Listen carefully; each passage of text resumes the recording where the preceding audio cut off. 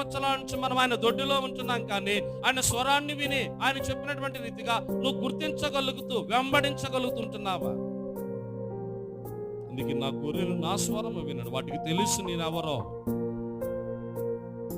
తెలుసు వాటికి.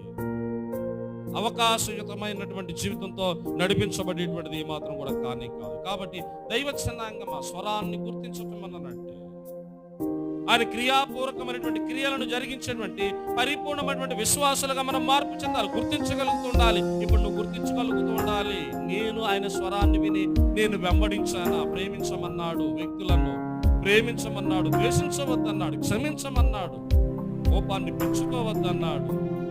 ఎన్నిసార్లు మనం ఈ విధమైనటువంటి దైవ సంబంధితమైన లక్షణాన్ని, భావాన్ని మనం గుర్తించగలుగుతుంటున్నాం, అంగీకరించగలుగుతుంటున్నాం. ఒకవేళ అవి చేయకపోతే, ఒకవేళ మనం అంగీకరించకపోతే